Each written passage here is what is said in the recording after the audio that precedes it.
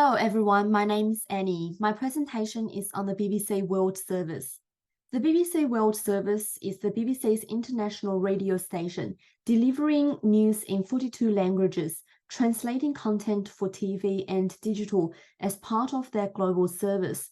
On a weekly basis, the network reaches 380 million audience worldwide.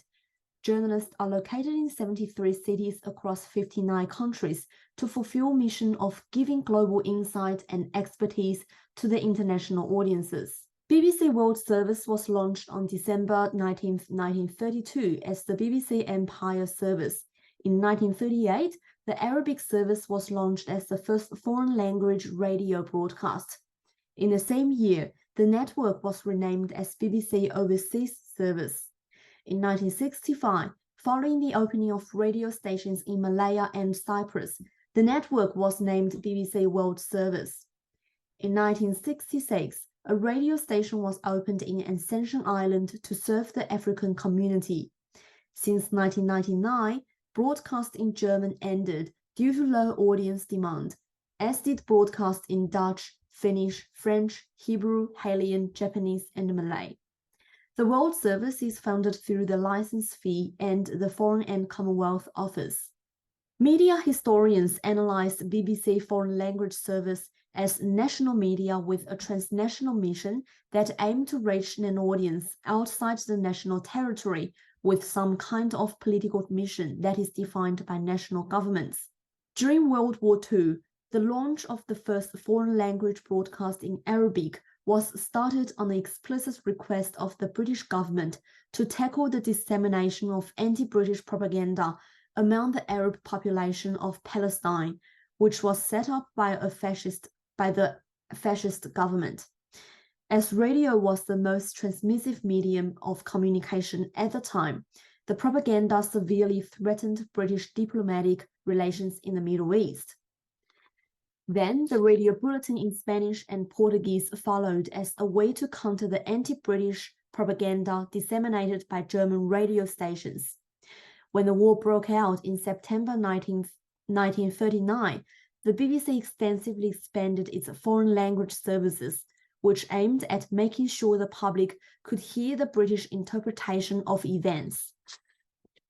Therefore, as a result of the development of BBC's multilingual service during World War II, researchers say the Second World War was the making of the multilingual world service we recognize today. It is also from the Second World War that we understand the political nature of the foreign language broadcasting. While the BBC World Service is independent in its editorial decisions, it has been closely aligned with the British foreign policy objectives. The close relationship is based on the formal constitution, which is laid out in the BBC's Royal Charter, that, in providing the overseas services, the BBC World Service must agree with the Foreign Secretary's objectives, priorities, targets, and the range of broadcast languages that are used. In addition, the BBC World Service must consult the Foreign Secretary to ensure there is news regarding international developments. The agreement between the BBC and the Foreign Secretary is outlined in the BBC's World Service operating license. BBC's reputation of being objective, factual, independent from political influence has been key to the building of the BBC's global audience. As we now understand the World Service as a form of public diplomacy, which operates in the interest of the host nation, this has been increasingly challenged by the geopolitical tension.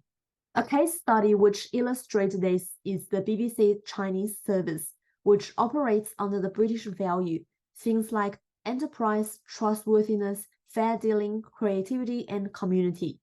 However, the Chinese government sees these Western values as threats to its control of information and censorship, and the viewing of BBC is restricted in mainland China.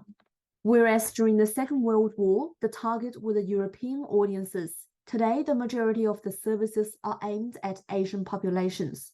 In 2022, BBC announced job cutbacks amidst the decline in government funding. Some say that this move could weaken the UK's soft power around the world that has once provided British news and information to hundreds of millions of people. Thank you for listening and watching.